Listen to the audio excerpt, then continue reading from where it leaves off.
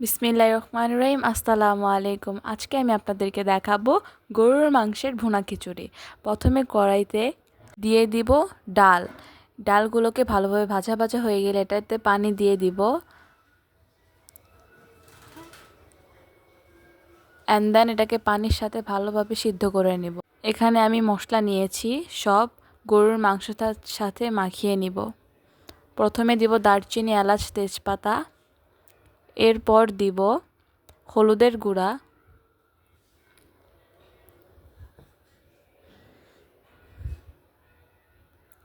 মরিচের গুঁড়া,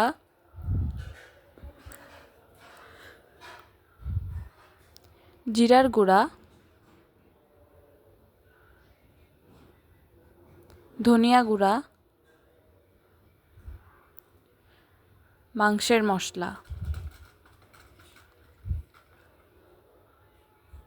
এরপর সবগুলো ইনগ্রেডিয়েন্টস একসাথে আদা রসুন বাটা দিয়ে মাখিয়ে নিব। এখানে আদা রসুন বাটা আর জায়ফল জ্যোতি ইউজ করেছি। স্বাদমতো লবণ, পেঁয়াজ কুচি,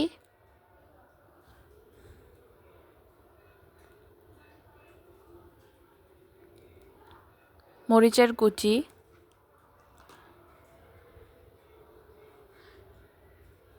তেল দিয়ে সব কিছু ভালোভাবে একসাথে মাখিয়ে নিব।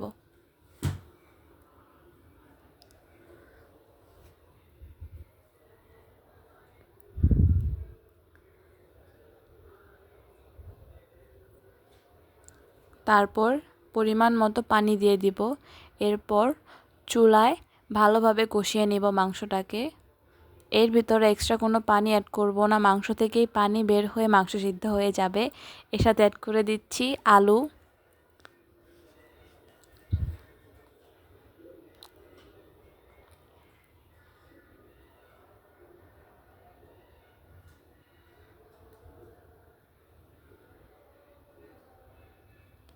ভালোভাবে মাংসের সাথে আলুটাকেও কষিয়ে নিব।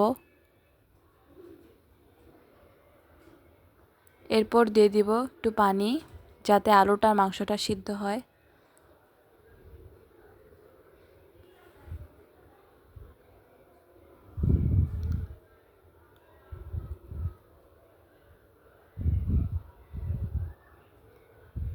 ঢেকে কতক্ষণ সিদ্ধ করে নেব। এরপর মাংসটা হয়ে গেলে আলাদা প্যানে তেল দিয়ে দিব তেজপাতা, এলাচ, দারুচিনি অ্যান্ড পেঁয়াজ কুচি।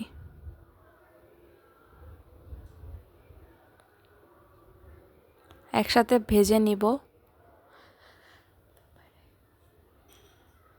ভাজা হয়ে গেলে আদা রসুন বাটা দিয়ে ভালোভাবে কষিয়ে নিব। এরপর দিয়ে দিব পানি, স্বাদমতো লবণ। এরপরে মশলা দিয়ে দিব হলুদের গুঁড়া, ধনিয়া গুঁড়া, জিরার গুঁড়া। একসাথে ভালোভাবে কষিয়ে নিব।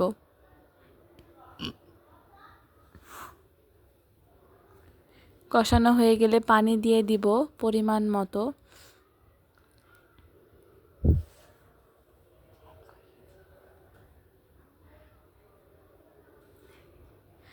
এখানে আমি ধুয়ে রাখা চালগুলো দিয়ে দিব। এখানে আমি 1.5 কেজি চাল ইউজ করেছি। আপনারা আপনাদের পরিমাণ মতো ইউজ করবেন। আর দিয়ে দিব ভেজে রাখা ডালগুলো, ধুয়ে রেখেছিলাম আলাদা, ওই ডালগুলো দিয়ে দিব। দুইটা একসাথে ভালোভাবে মিক্স করে নিব। এরপর দিয়ে দিব কাঁচামরিচ ফালটি। খিচুড়িটা হয়ে আসলে এরপর দিয়ে দিব আলাদা রান্না করা তরকারিটা। দুইটা একসাথে ভালোভাবে মিক্স করে নিব।